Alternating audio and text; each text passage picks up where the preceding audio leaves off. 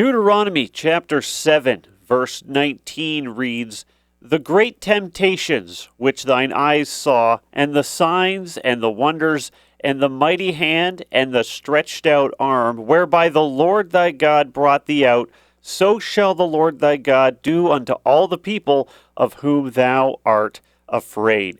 Where we are during the writing of Deuteronomy by Moses is we're in a point where you have a new generation of Hebrew children, new generation of Israelites has been raised up, because what had occurred earlier in Moses' life, of course, he was raised as an Egyptian prince. He discovered the truth of where he was from.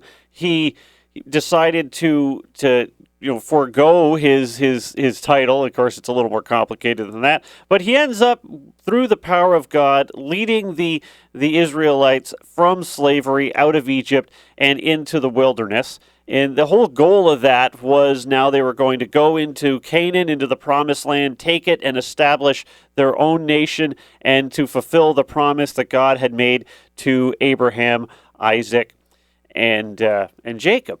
However, if you read in Numbers chapter 13, they get to the promised land and they decide they're going to spy things out. And because of the report of the spies, the people are afraid of the people who live in that territory. They're like, these people are stronger than we are going to get demolished. And so they end up deciding they didn't want to go in. And this leads to God punishing them with 40 years of wandering in the wilderness. And then everybody who was 20 years old and older was going to die during that period of time. And so as that's gone on, a new generation has been born, a generation that had never seen Egypt. They'd only heard about kind of what had gone on in the past. And so you've got a new generation of younger people who've kind of taken the mantle, and they are going to be the ones who enter into the promised land. And Moses is writing this text, informing them of what their history is, what the commitment that their forefathers, and for some of them, their fathers who are still alive, they'd be the older people now, with the exception, of course, of Joshua and Caleb. And it's telling them this is the commitment that was made between this nation and God, and this is how this is going to work, and this is where we're going, and this is the direction of things. And we see what we're talking about in this chapter is Moses is looking forward to the point when the Israelites will enter the promised land, and telling them that God is going to be with them as they go through this, and not to make the same mistakes their forefathers did. It says in Deuteronomy 7:1, "When the Lord thy God shall bring thee into the land, whither thou goest to possess it, and hath cast out many nations before thee, the Hittites, the Girgashites, and the Amorites, and the Canaanites, and the Perizzites, and the Hivites, and the Jebusites, 7 nations greater and mightier than thou." God's acknowledging the fact that there are 7 nations that dwell within Canaan that normally you'd be afraid of. They're greater, they're mightier, there's more of them, they're stronger, they're more heavily fortified, they're better and they're more accustomed to fighting one another.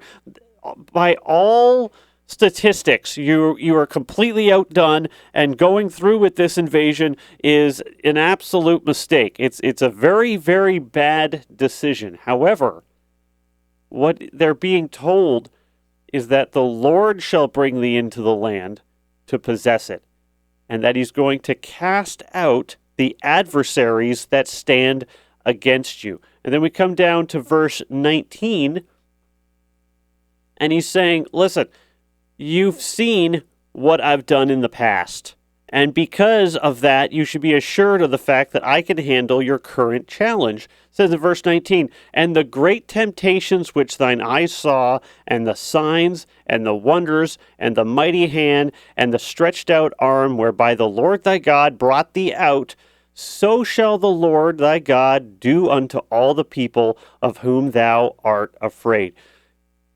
The message is, look at what God has done in the past. God defeated Egypt. God brought you out of Egypt, out of bondage, brought you into the wilderness to travel towards the promised land. Egypt at the time was the most powerful empire on the planet. The idea that a bunch of slaves could get freed when the Pharaoh had said this was not going to happen was absolutely ridiculous, except that God's power intervened. And he's saying, you've seen what I've done in the past. You're aware of what has occurred in the past. Now, be prepared for me to do something very much the same in the future. The message is, God am sending you to do something. Ergo, I am going to go with you and make sure you can overcome those challenges. God doesn't just give us missions in life. God doesn't just tell you where to go and what to do and then just say, well, good luck to you. And then you go out the door and he's like, boy, I hope he's okay. No, God's going with you. You are a tool for fulfilling God's will. And if you want to know what God can do, look at past endeavors when it is that you have served the Lord and done what he's had you do.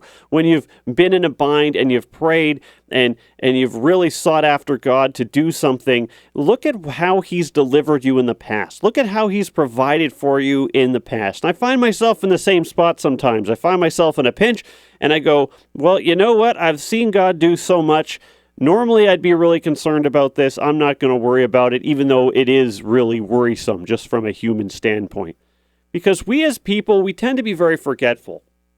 We tend to see God do something, and we're like, oh boy, God did something. And then we face another challenge, and then all of a sudden it's the end of the world. Well, God can't solve this problem.